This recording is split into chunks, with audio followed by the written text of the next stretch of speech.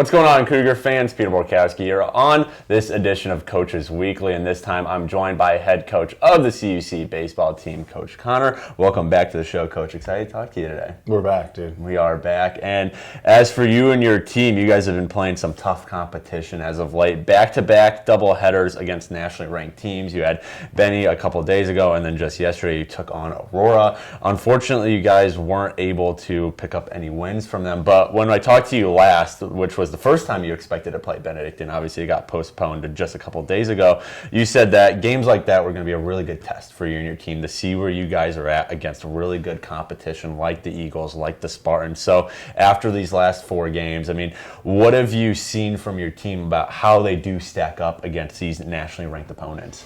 Yeah, I think the first thing is just, we played with those guys. Usually when you're going up against those teams, people are afraid or they're scared or, they kind of bow down to them just because the pedigree or the image that they've created as a program, which they've both been really good, for a long time. Mm-hmm. So we were proud of our guys' fight. I think the big part is just the finish. If you can look at any of our games throughout the year, whether we're up or down, we are in every game until the end in just about all of them except for maybe 1 or 2. Mm-hmm. So now it's being able to finish it, but the other part is, this week we kind of went back through and reflected on a lot of stuff, as a program. Just as with me, we're always, looking inward to find adjustments, to find ways, because if you keep doing what you're doing and you're getting the same results, as a coach, you're not doing the best thing for you and your guys. Mm-hmm. So had some really good conversations.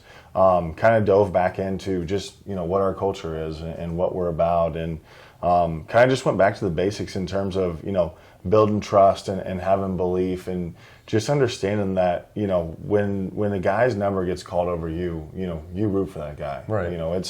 It's the coach's decision to make that. So if there's a conversation to be had, part of being a man is just coming up and talking about that. Mm-hmm. So with all of that, what we decided was if we can get back to the chemistry and we can get back to the little things and we can just go through the pursuit and enjoy what we're trying to do and just believe in whoever's in front of us, we feel like that can provide an energy and focus that allows us to be in any game. Mm-hmm. So that's a big thing that we kind of reflected on this week. Obviously, you don't want to go 0-4 against those 2 teams. Right. We're still constructive. We're not blind to the fact that there's things we need to work on. We just had to get back to a ground point and understand that until we establish those things, we can't have any sort of success. Mm-hmm.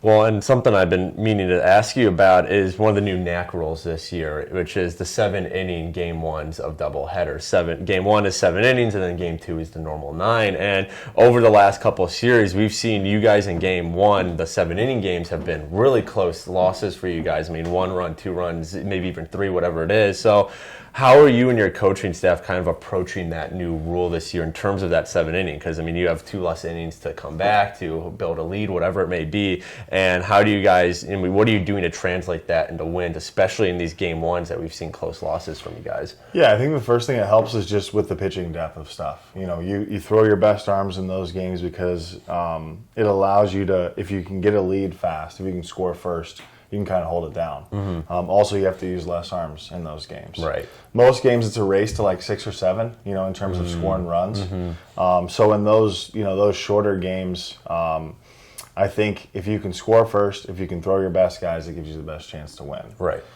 So that's been a big focus for us in those games. And if you look at any games, especially good teams against good teams, the 7, 8, and 9 inning is where you can make your money in terms of coaching and depth. Right. So I think it just anything can happen in the 7-inning games. Mm-hmm. We don't love them, like by any means. I won't lie to you on that. Would much rather play 9s. Right. But the way the schedule's set up, it helps out teams that maybe don't have as much pitching. I gotcha. So that's kind of our viewpoint on it.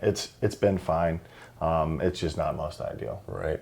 Well, you're talking about pitching. I want to talk about one hitter right now, which is Jake Mahler. I had a chance to talk to him on the weekly last week, but I wanted to get your point of view of him in that he's had a fantastic breakout season. I mean, He's been getting more and more playing time since you guys got back from Florida, really. He's already appeared in more games this season than he did all of last, and he's hitting at a 370-plus clip right now. He's getting RBIs. He had a home run yesterday against Aurora. What is he doing from your point of view, from the hitting coaches, whatever it may be, that has led to the success he's had this year? I heard from him last week, but I want to see from you coaches just what is Jake doing that has turned him into a productive everyday member of that lineup? Yeah, I think the first part is just when you look at the lineup across the board, there's a lot of production in terms of how we operate and what we're trying to do. We've been known to score runs. We're averaging 7.3 runs a game this year. Right. So that gives you a chance. Transition over to Jake, I think that creates the competitive balance because everybody wants to be in the lineup. And for him, he's really good because he gets on base high, but he also gets a lot of hits. Right. To add him towards that 5 to 7 range, it's like having another guy that could hit in the middle that you move to the bottom. So he's dynamic in the sense that he knows who he is offensively. He's kind of been waiting his turn, and then when he got an opportunity, he maximized it. Right. You hope every guy that you put in when they play, they have success. It's not that easy because that's not how baseball works. Right.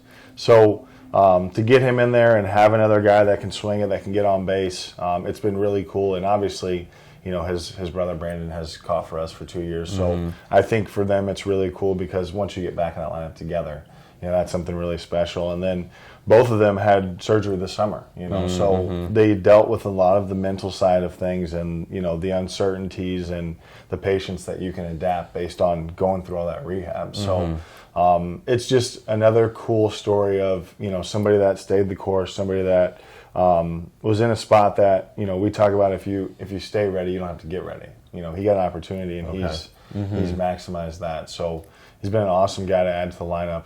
And just makes us a little bit more dynamic.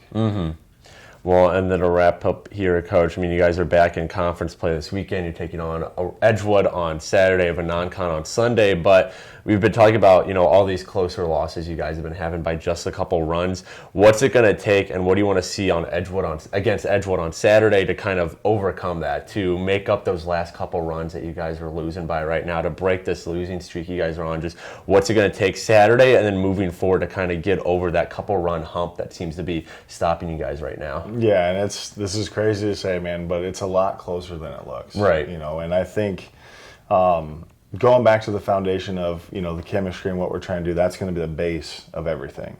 The other part of it is if we can just put the pitching and the hitting together in the same game, we'll win games. The last thing, that kind of goes into it we talked about yesterday is just we can't change what's happened. There's you can learn and you can go through it, and that's how we have to operate. But at this point, we're prepared, we're ready, so who cares what's happened? Right. Learn from it, move on, and we have a chance to control our own destiny. Definitely. That's very much where we're at. We still have a chance too. It's not like, we're 12 games in with 12 games left in conference Right, you still have play. plenty of time left. Plenty of time. And it used to be only 6 teams, now 8 get in. Why not us? Right. So it's developing that mentality that, it is close, that we can put it together. They just got to keep showing up and got to keep believing in each other, because if you can create that energy and we can put together games with how we played against Benedictine and Aurora, it's going to be really scary. Right. So it's a lot of different factors, but, we got to play to win, not play not to lose. Definitely. Well, CUC Baseball, they take a trip to Edgewood this Saturday. Games are set for 12 and 3 p.m. and coverage can be found at our website, cucougars.com. Coach Conner, thanks again for joining me today. Good luck this weekend, and look forward to talking to you again next week. But until then, this is Peter Borkowski signing off for the Cougar Sports Network and wanting to say, as always, go Cougars.